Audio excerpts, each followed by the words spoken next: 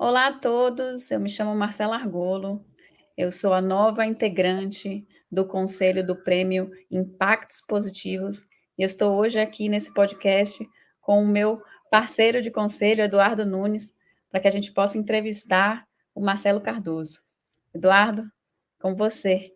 Muito bom estar aqui com vocês. Obrigado aí por esse espaço aqui, para a gente mais uma vez conseguir trazer um tema tão relevante e significativo que é impacto positivo, transformação. E a gente tem mais que um convidado especial hoje, o Marcelo. A gente queria, Marcelo, primeiro te dar boas-vindas, agradecer por estar conosco. E se você pudesse rapidamente contar para a gente um pouco da sua jornada profissional, o que você tem feito também hoje. Obrigado pelo convite. É uma jornada longa, estou aí trabalhando há 43 anos, comecei com 14 no interior de São Paulo de office boy, Banco Nacional, saí de lá como gerente, depois fui para a Método Engenharia e fiz uma boa perna da minha carreira em finanças, onde eu saí de lá como diretor financeiro, mas principalmente aprendi muito sobre gestão numa empresa que era muito progressista para o seu tempo. Fui para a GP Investimentos, CCFO de uma holding de entretenimento, onde eu recebi logo depois, com 30 anos, o desafio de ser presidente do Hopi Hari, que é um parque de diversão em São Paulo, que foi concebido para ser o maior da América Latina. E eu fui responsável pela construção e operação do parque nos primeiros anos, e aí onde eu comecei, que eu tinha uma jornada paralela na minha vida de autoconhecimento, de busca de significado na vida, e aí no Hopi Hari eu procurei juntar essas coisas, tentando transformar o parque numa experiência de educação para aprendizagem, que era o que eu queria, mas não era o que a acionista queria, então acabei sendo demitido de lá e passando por um processo não só profissional, mas profundo pessoal de transformação. Encontrei naquele momento o que eu colocava como o meu propósito de trazer consciência para as organizações há 22 anos atrás, que de alguma forma é a serviço disso que eu estou hoje. E aí, nessa transição, eu fui ser presidente para a América Latina da Lee Hecht Harrison. Na época era a DBM, hoje é uma empresa global de outplacement, coaching, consultoria para a área de gestão de pessoas.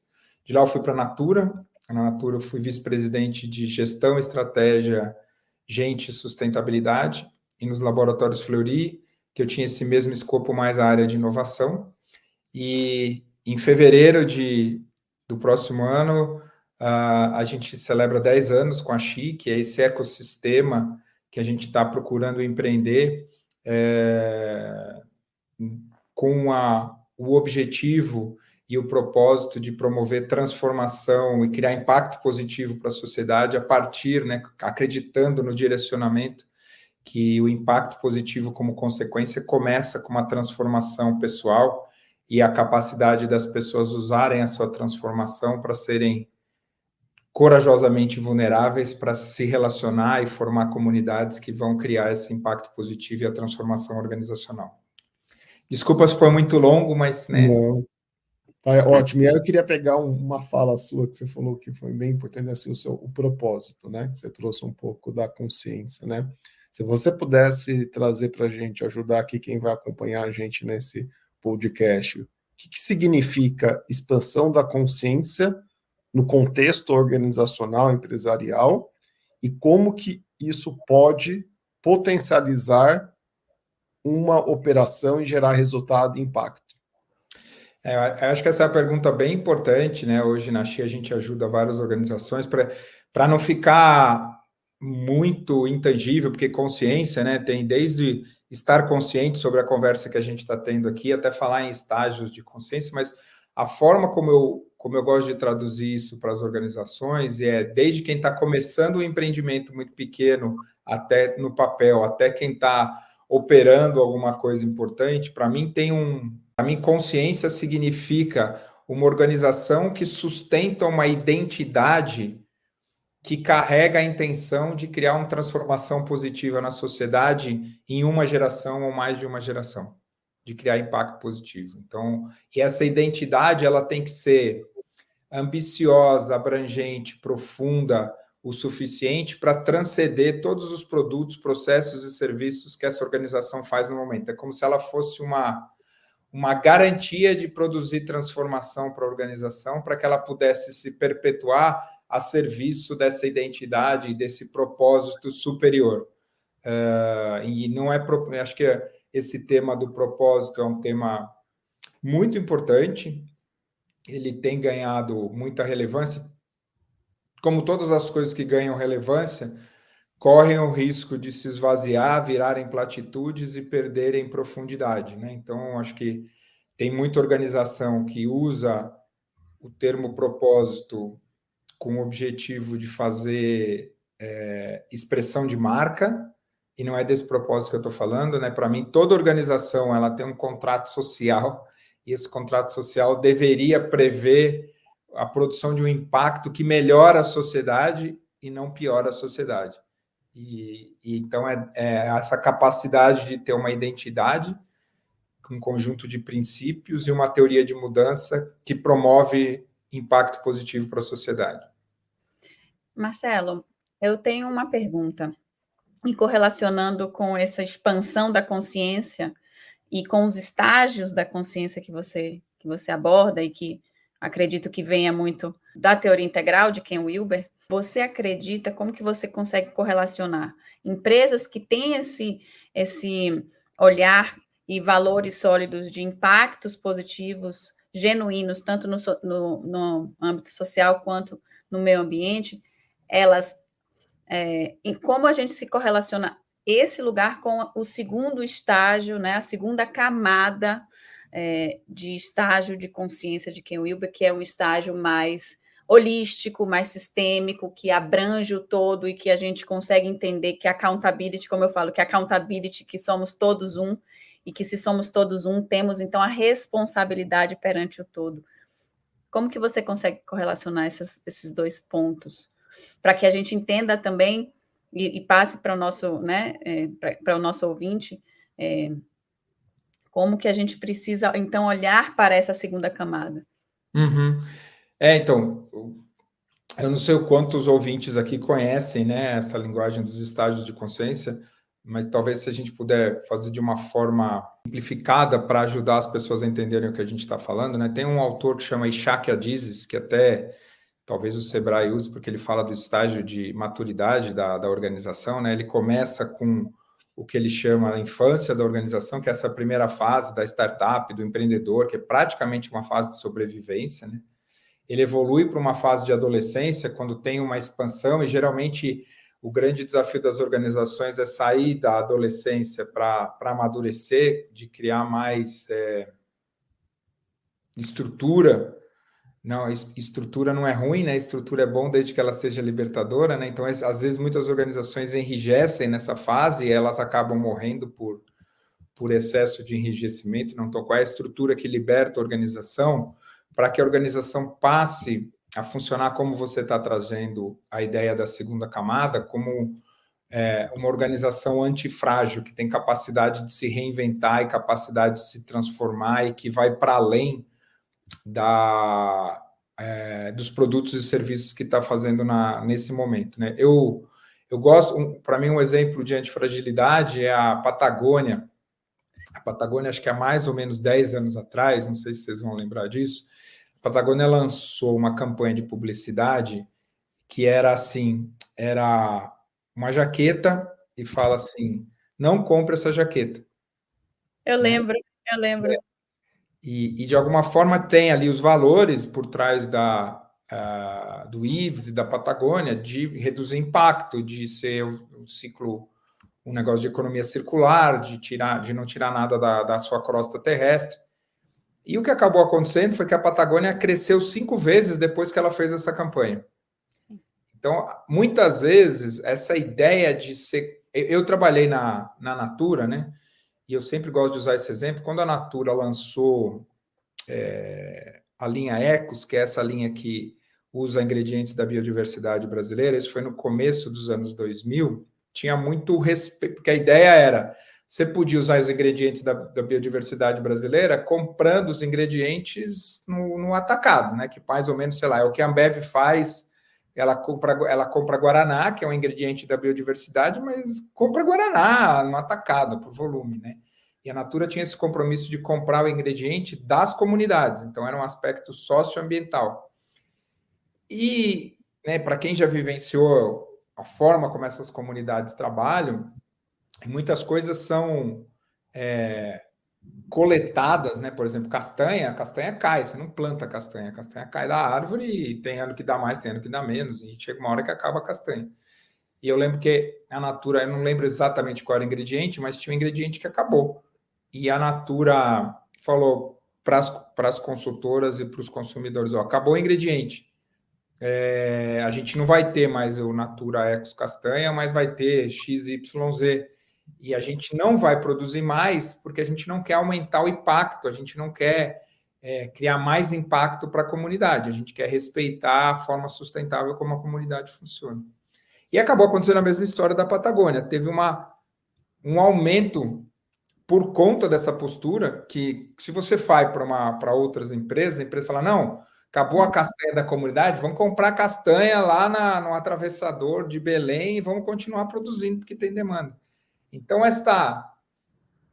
fazendo uma resposta longa para a sua pergunta, Marcela, essa coerência de sustentar valores e princípios inclusivos que estão a serviço da vida, né, e que sustentam a vida,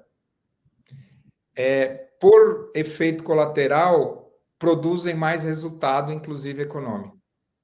Né? E esse, para mim, é o grande dilema do nosso sistema, porque o sistema está desenhado para seguir os interesses econômicos e só os interesses econômicos. Né? Enquanto eu gosto muito dessa imagem, né, que é essa imagem, eu gosto não, né? É triste essa ideia de que uma baleia e uma árvore valem mais mortos do que vivos. Enquanto a gente tiver num sistema que se mede por PIB, né, e aumento de doença aumenta PIB, aumento de acidente de trânsito aumenta PIB, aumento de violência aumenta o PIB, e a gente não estiver colocando a vida no centro, a gente vai estar vivendo esses dilemas, e as empresas que conseguem fazer isso, mesmo dentro desse sistema, se recompensam no longo prazo. Né? Sim. Boa, muito bom. E aí eu queria agora trazer um ingrediente adicional, você está falando, acho que de sistema, de PIB, aí a gente tem as pessoas no centro. Acho que tem uma outra temática que vale também a gente trazer para essa ponta, que é a parte da educação, né?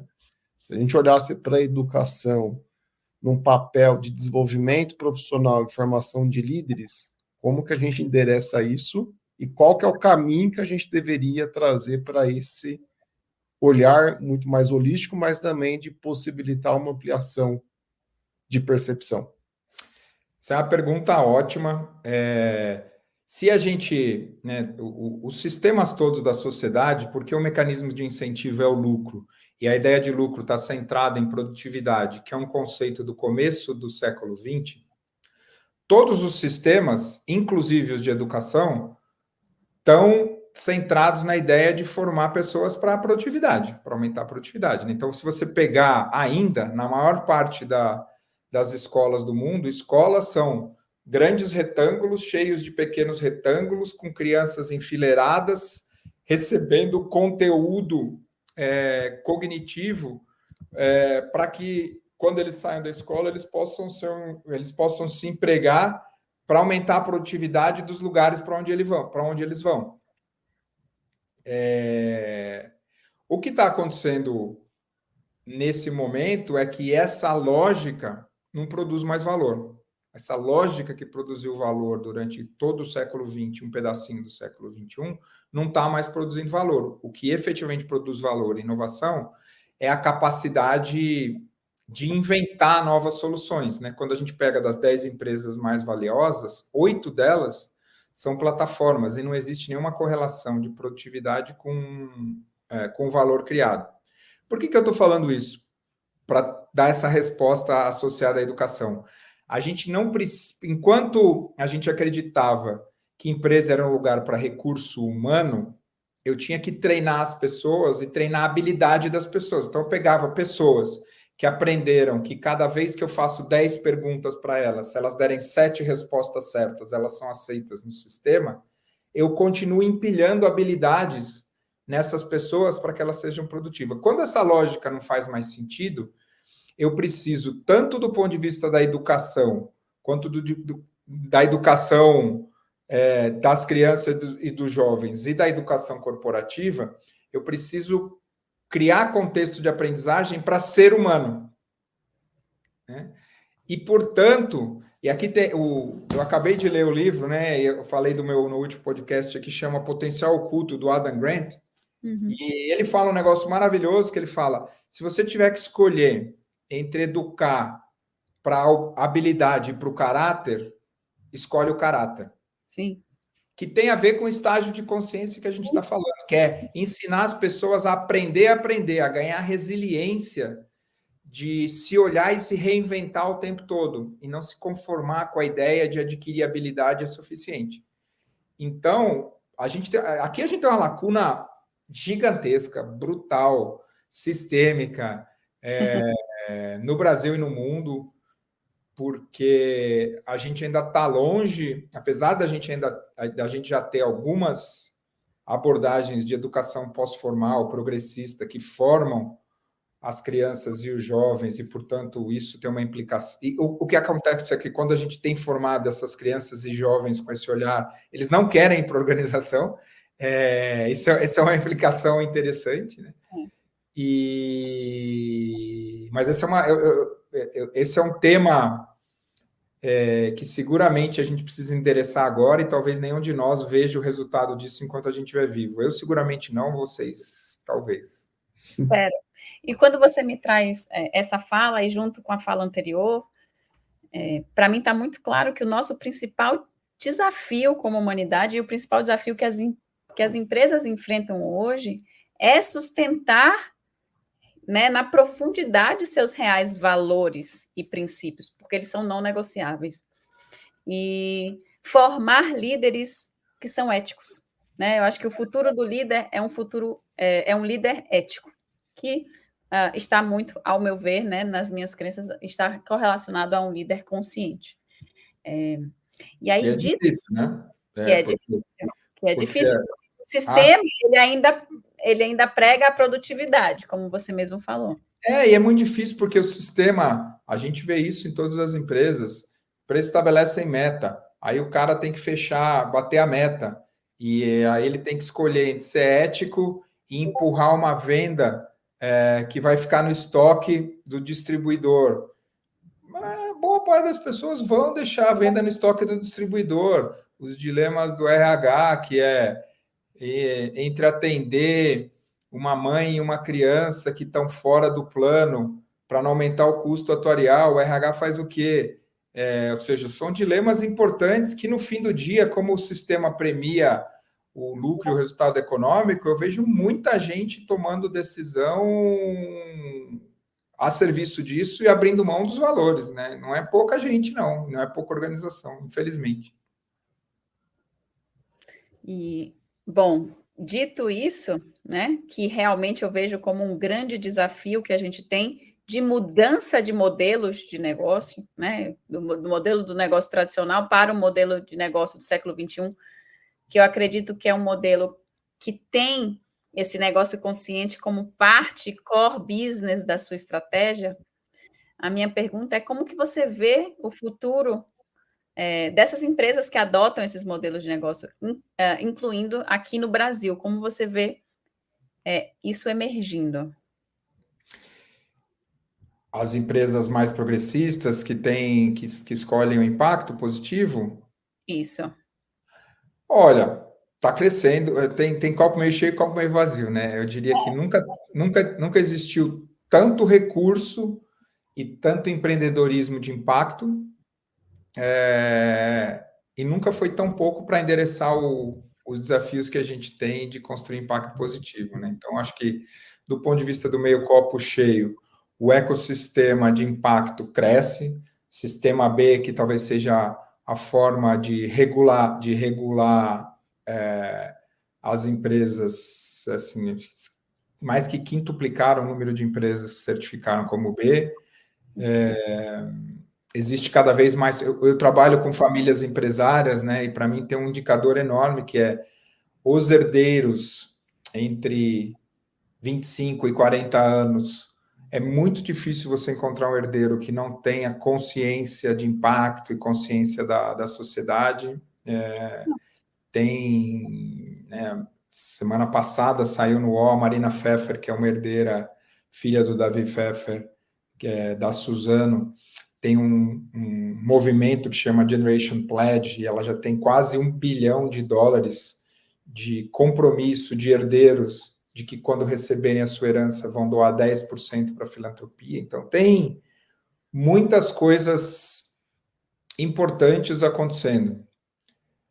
Talvez ela seja um band-aid numa fratura exposta, né? Porque a gente está longe de que a gente precisa de muito mais solução, precisa de muito mais funding, muito mais recurso, muito mais iniciativa. E precisa que as grandes empresas assumam a postura de impacto positivo, né? Se a gente pegar, mesmo no Brasil, a Natura, que é uma empresa que eu admiro, ela ainda produz um brutal impacto negativo. Ela é uma empresa B, é a maior empresa B do mundo, mas ainda produz um impacto negativo. Eu não conheço empresa grande que produz impacto positivo ainda. A gente ainda tem isso como ambição e não como realidade, né?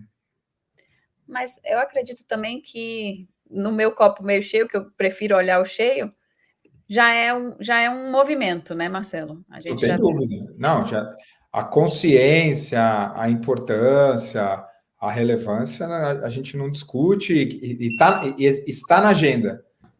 Disso é inegável. Agora, vamos ter que viver os próximos anos para ver como é que isso vai se revelar, né? Porque eu acho que se a gente for olhar, a gente tem uma agenda progressista crescendo no mundo e tem uma agenda de regressão importante, falando do estágio de consciência, né? Por incrível que pareça, né, a gente teve o julho mais quente da história e ainda tem gente que nega a mudança climática, gente com poder que nega a mudança climática, né? Então, e ao mesmo tempo, nunca teve tanto dinheiro, financiamento, países importantes fazendo uma agenda de transição energética. Você viaja para a Europa, costa leste ou costa oeste dos Estados Unidos, é impressionante a consciência das pessoas, das cidades, de alguns países. Então, eu gosto muito da ideia, o Sean, que é um dos caras que é meu sócio, que a gente faz coisas juntos, ele fala que a gente devia olhar para a realidade a partir de 3 dimensões, né? Do otimismo, né? Que é falar, putz, vai dar certo, tem tudo isso, olha quanta coisa legal, né? O pessimismo, né? Que é falar, putz, meu, tudo isso, não é possível. Não estou vendo luz no fim do túnel. Risco civilizatório, estamos na iminência de nos extinguir como espécie. E um lugar de equanimidade, né? O universo está aí há 14 bilhões de anos, o planeta está aí há 3,8 bilhões de anos. E a evolução está acontecendo, tem um lugar de equanimidade, de fazer o melhor que a gente pode fazer, esperando... E acho, tem uma coisa bem legal isso, porque dessa visão, e acho que para quem é empreendedor, talvez, e para quem é empreendedor que pensa em impacto positivo e não se deixar consumir por uma visão negativa, eu tenho 2 pessoas que eu gosto muito, a Bonita Roy, que fala de complexidade, e o Bayo Komolafe, que é um filósofo nigeriano.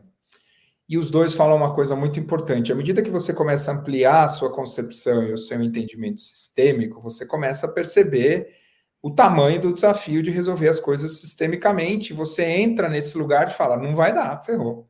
Né? Sim. E o convite que eu acho muito legal é, como em complexidade você não consegue olhar para a relação de causa e efeito entre as coisas, você consegue entender padrões que emergem. O Baio fala um negócio muito legal, ele fala, os padrões emergem, mas não são sempre os mesmos padrões que emergem. É como se eles fossem emergindo com algumas falhas, com alguns, eles falam em inglês, né, com alguns cranks, com algumas rachaduras. Ele fala, a transformação se dá pelas rachaduras. E até ele contou uma história maravilhosa, que ele é nigeriano, né? Então tem essa tem essa visão na cosmovisão nigeriana, que quando os negros começaram a ser escravizados pelos europeus, os orixás ficaram indignados. E eles queriam vir junto com os escravizados. E Exu falou, não, só eu vou, e eu vou pelas frestas.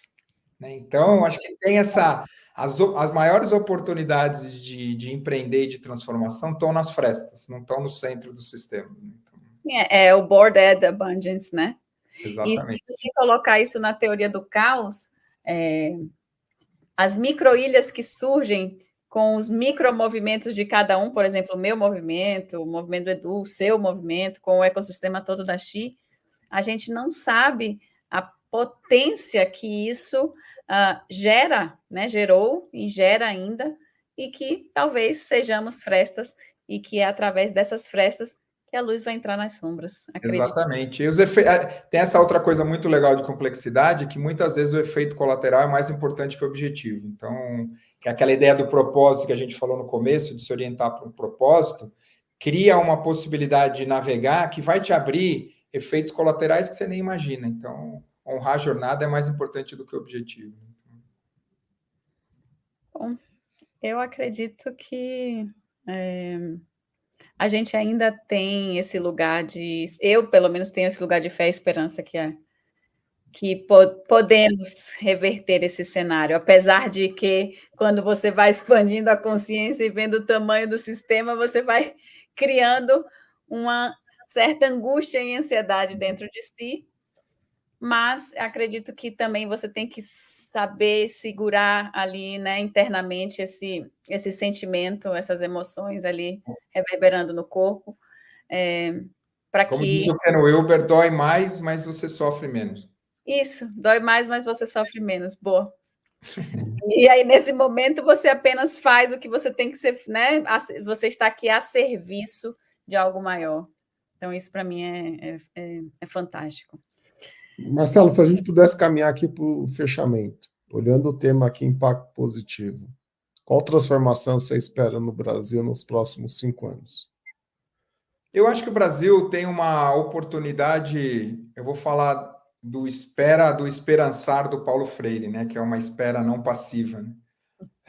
Eu continuo achando que a gente tem uma oportunidade enorme de produzir, como diz o Eduardo Janete da Fonseca, algo profético e não mimético. Né? O Janete fala um negócio muito legal que ele diz assim: a gente fica tentando reproduzir o que não deu tão certo nos Estados Unidos e na Europa, tentando ser uma versão do sul dos Estados Unidos ou do sul da Europa, uma versão mais pobre do que é os Estados Unidos e a Europa.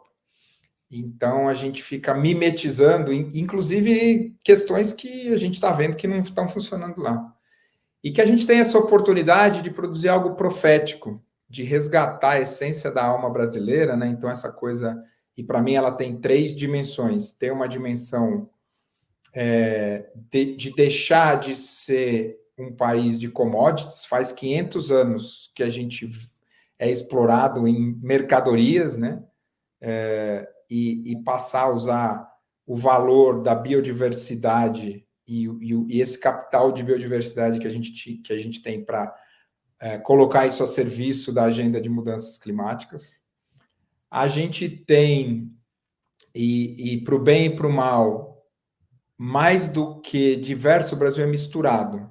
Então, o que faz com que a agenda de racismo, de inclusão fique mais difusa, confusa, não aceita, mais difícil, mas, ao mesmo tempo, gera um potencial único no mundo a partir da mistura.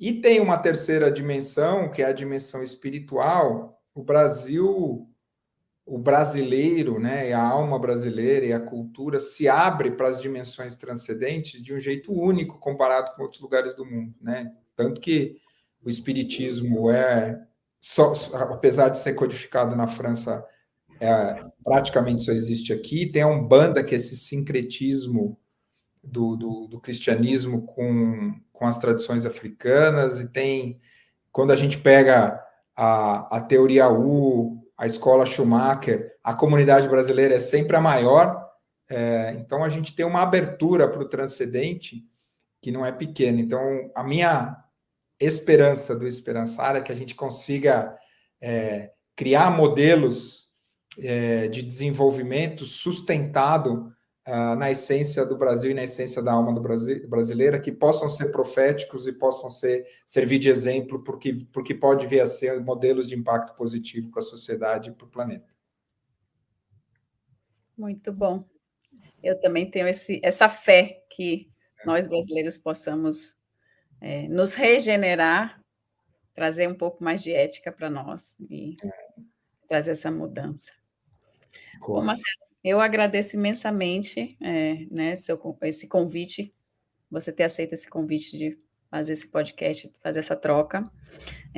Se você quiser deixar aqui seus contatos de rede social, eu sei que você tem um podcast, que eu particularmente sou assídua, então, e fechar, obviamente, com talvez uma recomendação de um livro, quem sabe? Olha, eu falei, né, Bom, primeiro, agradecer demais o convite, esse é um tema, vocês viram que eu me empolgo com o tema, né, então... Nós também. Nós também. E bom, então, quem quiser continuar conversando comigo, tem o Instagram do Marcelo _Xi, o meu endereço no LinkedIn, Marcelo Lopes Cardoso, o Metadoxos, que está nas plataformas de ouvir podcast todas, e tem, né, O Potencial Oculto do Adam Grant, que eu acabei de ler, que eu tinha falado, acho que é um livro bem legal. Tem os Super Comunicadores do Challenge Duhigg, que também é um livro bem legal.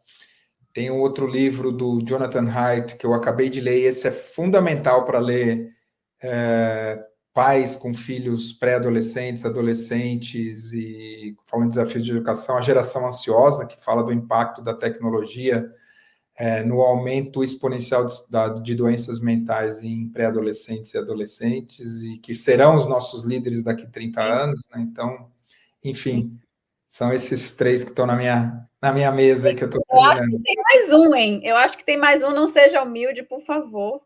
Fale sobre o seu livro. E tem um livro, acho que tem, em 2021 eu consolidei aí os 20 anos dessa ideia de trazer modelos de gestão com esse olhar integral, então gestão integral, que também vocês conseguem na Amazon, que de alguma forma foi o registro da minha experiência de procurar aplicar esse olhar integral para a gestão nos últimos 20 anos. Obrigado, Marcelo. Muito bom ter você aqui. Obrigado pelo convite, um prazer Marcelo, enorme. Obrigado pela parceria aí. E acompanhe a gente nos próximos podcasts. Com certeza. Obrigada, gente.